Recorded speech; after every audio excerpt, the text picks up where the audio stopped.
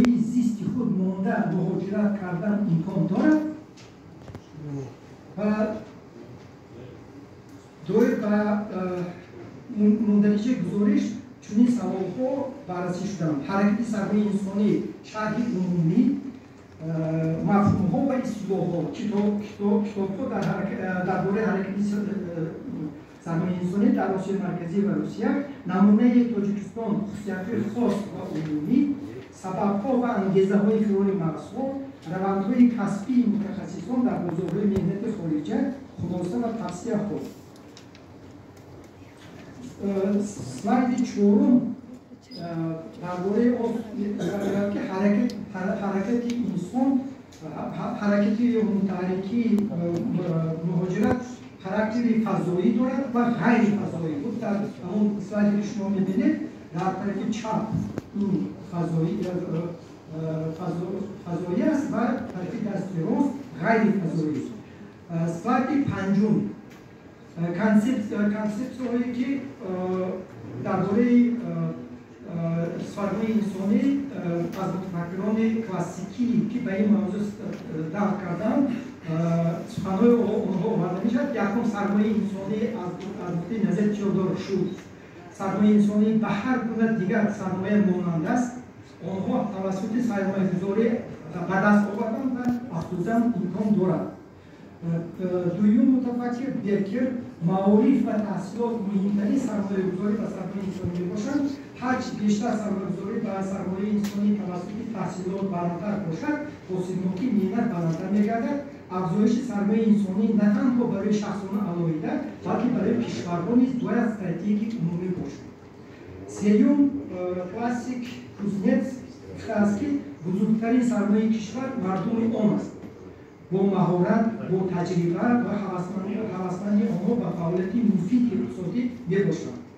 و در خلاصه سرمایه انسانی این عقل، استعداد، صلاحیت، هوسمندی و سلامتی میباشد. ششم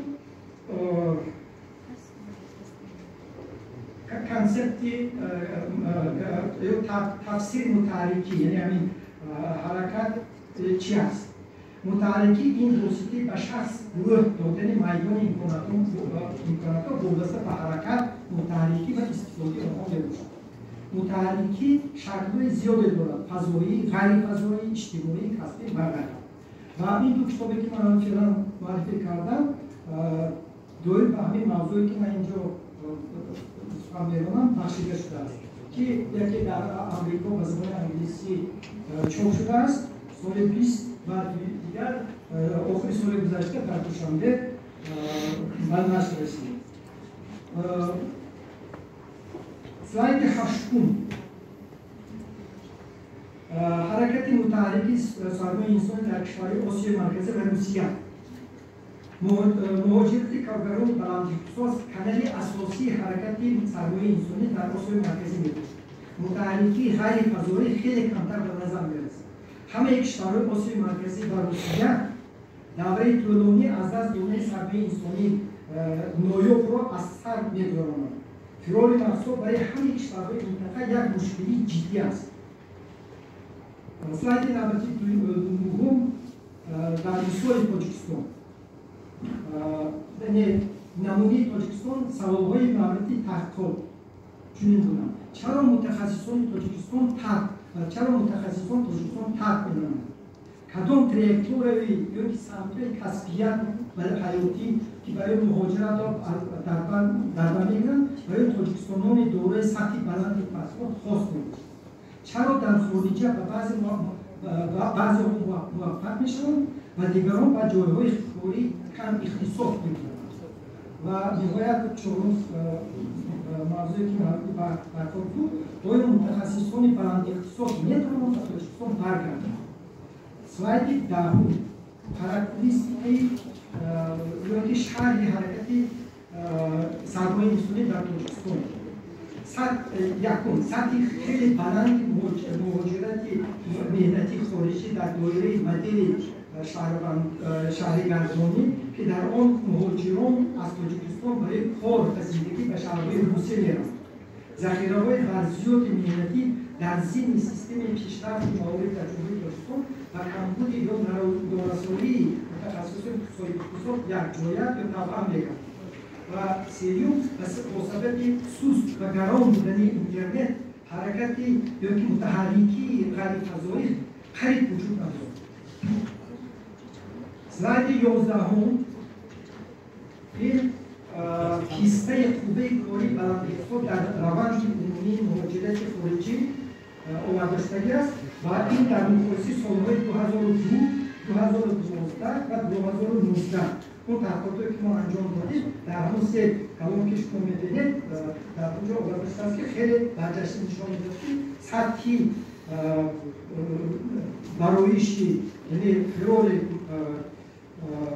مرزها از تاجیکستان کدام سالها چه بود و به کدام درجه رسیده است و سلاید 12 سبب‌ها و انگیزه‌های حرکت سرمایه انسانی از روی نتیجه شیوع مهاجران سال 2016 یکم نبودن جای کاری، دوم سطح پست مسلمانان، سوم نبودن یا کمبود امکانات‌های مرتبه کسب یعنی مثلا نبودن منزل، سرکشی از خدمت در ارتش، شرایط نامساوی برای شدن یا رشد تجارت خود استارتاپ.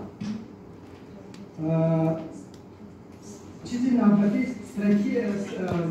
استراتژی که با مدیرهای حرکت سرمایه انسانی تفاوت بین مهاجرت ملتی و فرار مخصوص از چی دارد است؟ در فرار مخصوص گرفتن معلومات موقعیتاً گرفتن معلومات عالی و میانه کسب در وطن و ملت مهاجرت به خارج کشور در ضمن مطابق شدن در بازار ملی خارجی و هدف مهاجرت در این بخش برآورد برداشت درآمد و مقام مهاجر عملی گردانی هدف‌های خود. اکنون مهاجرت مهنتی باشد این تحصیلات در این زمینه تحصیلات میانه عمومی یا دکترا مشورت پیشروندان و دوستان کمی آمادگی پیش از سفر کار در خارج با همه گونه شرط‌ها و شرایط‌های سطحی لزومی و این هدف مهاجرت افزودن درآمد و بهداشت خانواده. 14 سلاید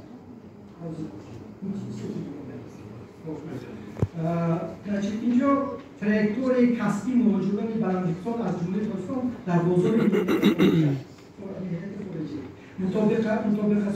مطابق سازی و همگرایی در خارج در دوره تخصصی موجود مطابقت به طلبات و شرط‌های کشوری قبول کننده و سیاحت کوالیفیکاسیون یا دیگرگردانی کسبیه و سلاید 15 این خلاصه ها است که عبارتاً در مورد تاجیکستان حرکت سرمایه انسانی با یک قطار عامل‌ها محدود است. اینترنت گرانبها، ناباوری به بانک‌ها و غیره.